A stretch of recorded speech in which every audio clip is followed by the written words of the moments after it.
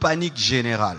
Vous devez savoir que derrière le coronavirus, il y a maintenant une peur comme pas possible. Même les chrétiens ont peur. Mais la Bible nous dit ceci. Dans le psaume 91, verset 1 jusqu'au verset 8. Le psaume 91, verset 1 jusqu'au verset 8. Celui qui demeure sous l'abri du Très-Haut repose à l'ombre du Tout-Puissant. Je dis à l'Éternel, mon refuge et ma forteresse, mon Dieu en qui je me confie. Car c'est lui qui te délivre du filet de l'oiseleur, de la peste et de ses ravages. Il te couvrira de ses plumes et tu trouveras un refuge sous ses ailes. Sa fidélité est un bouclier et une cuirasse. Tu ne craindras ni les terreurs de la nuit, ni la flèche qui vole de jour, ni la peste qui marche dans les ténèbres, ni la contagion qui frappe en plein midi. Que 1000 tombent à ton côté et 10 000 à ta droite, tu ne seras point atteint. De tes yeux seulement, tu regarderas et tu verras la rétribution des méchants.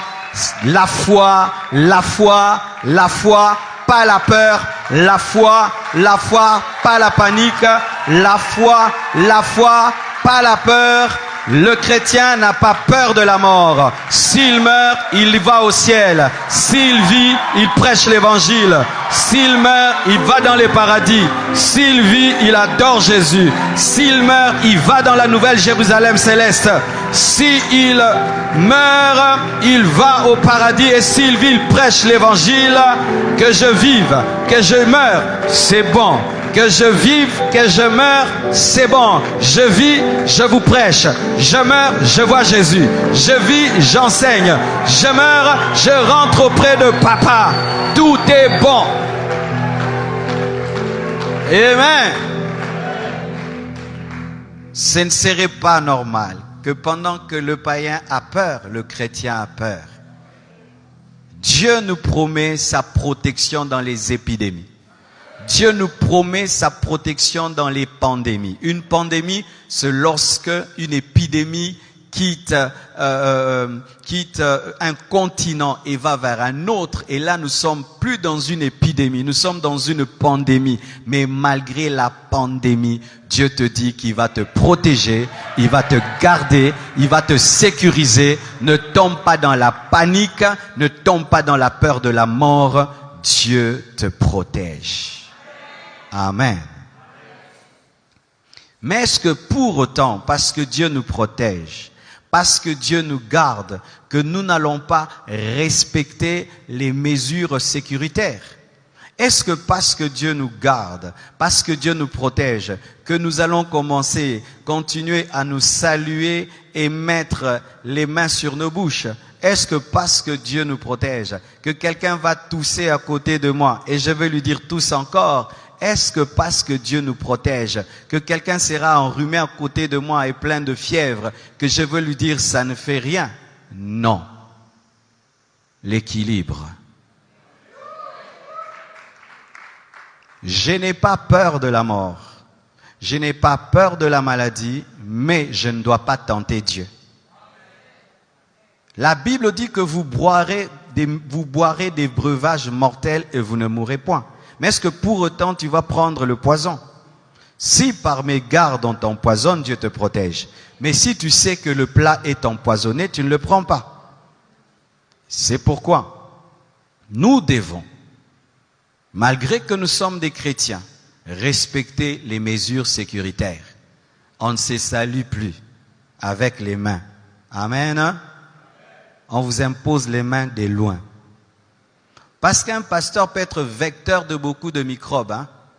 Je te touche, tu transpires et puis j'impose à 20 personnes. Je prendrai donc sur ta tête ta transpiration que je vais communiquer à 20 personnes. Alléluia. Ainsi, nous devons, malgré que nous sommes des chrétiens et que nous n'avons pas peur, nous ne devons pas tenter Dieu. Amen. Nous devons.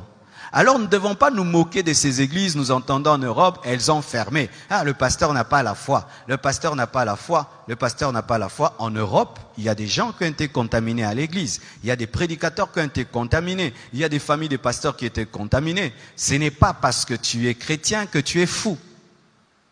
Amen, hein? Ce n'est pas parce que tu es chrétien que tu sais qu'à l'école, il y a des enfants malades. Toi aussi, tu envoies tes enfants.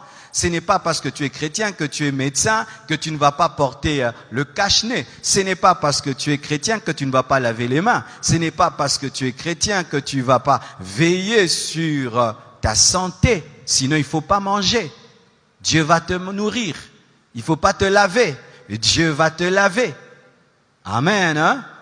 Alors, mes frères, ne tombons pas dans la folie. Ayons la foi. Amen, hein?